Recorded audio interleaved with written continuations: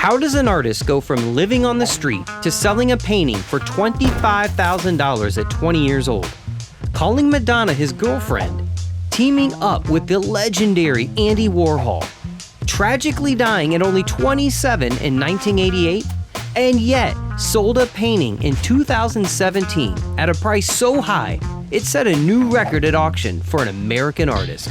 Only one person I know, and that would be the legendary Jean-Michel Basquiat.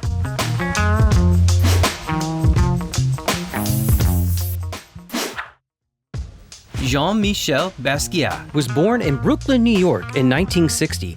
As you might have imagined by his unique name, Basquiat was the definition of multicultural.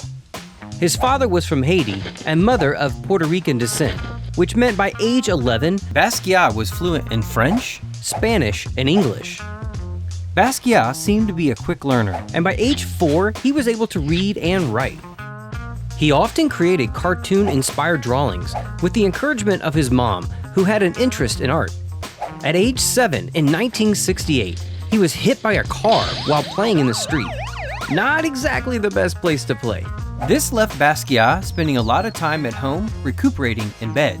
His mom bought him Gray's Anatomy drawing book to work from, which definitely influenced his future work. That same year, his parents separated, which meant his dad raised he and his sisters, which included a move to Puerto Rico for 2 years in 1974.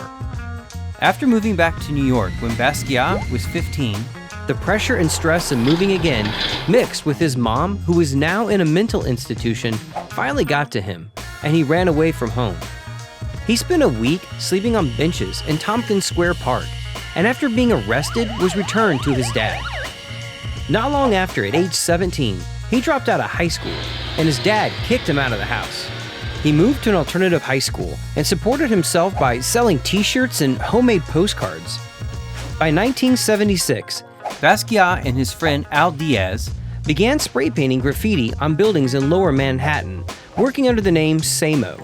Samo, simply shortened for Same Old, was a creative way of calling out the predominantly white corporate and art world that Basquiat wanted to break into. Basquiat had found a job at the Unique Clothing Warehouse in the art department during the day, and at night continued to paint original graffiti. In 1980, he met Andy Warhol and presented samples of his work. Warhol was amazed by his, quote, mystique and allure. They end up collaborating on a film called Downtown 81, which included music from Basquiat, who also happened to be a musician.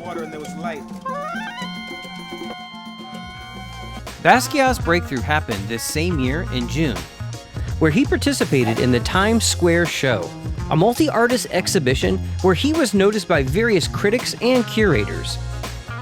One was Emilio Mazzoli, an Italian gallery owner who liked Basquiat so much, he invited him to have his first solo show in Modena, Italy, which included many painted pieces on found objects like doors. By 1983, he was now painting in a studio in Venice, California, having gallery events in West Hollywood, and showing up to those events with his girlfriend, who you might have heard of, Madonna. A friend of Basquiat said he would introduce her by saying, "This is my girlfriend. Her name is Madonna. She is going to be huge." Yeah, that was a pretty accurate statement. At this time, heads and skulls appeared in a lot of his works. Spurred by the neo-expressionist art boom, Basquiat's work was in great demand. Neo-expressionism referred to a new, rough style of creating and expressing yourself. It gave a nod to artists like Jackson Pollock, but Basquiat's work included recognizable subjects mixed with abstract ideas. By February 10, 1985, Basquiat appeared on the cover of the New York Times Magazine. This was unprecedented for any young African-American artist, and definitely put Basquiat and his work in the spotlight. Despite the success he had so quickly, his emotional instability continued to be a problem. With great fame comes great pressure. In his short career, Basquiat created around 1,500 drawings and 600 paintings and many sculpture and mixed media pieces too. Of course, the art critics quickly followed, relentlessly labeling Basquiat as a, quote, talentless hustler, and as a, quote, street smart but otherwise invincibly ignorant. But when you are disrupting the status quo and blazing a new path, the critics always seem to follow. Critics aside, let's look at just a few people who thought it was important enough to own a Basquiat. You have David Bowie, Stephen Cohen, Madonna, Leonardo DiCaprio, Jay-Z, and Johnny Depp, just to name a few. And get this, Sotheby's in 2017 sold this Basquiat 1982 masterpiece for $110 million, smashing a new auction record for a US artist, all to cheers and applause in the room. Yeah, that's a crazy amount of money. For most artists, it takes almost the length of 2 lifetimes before seeing success.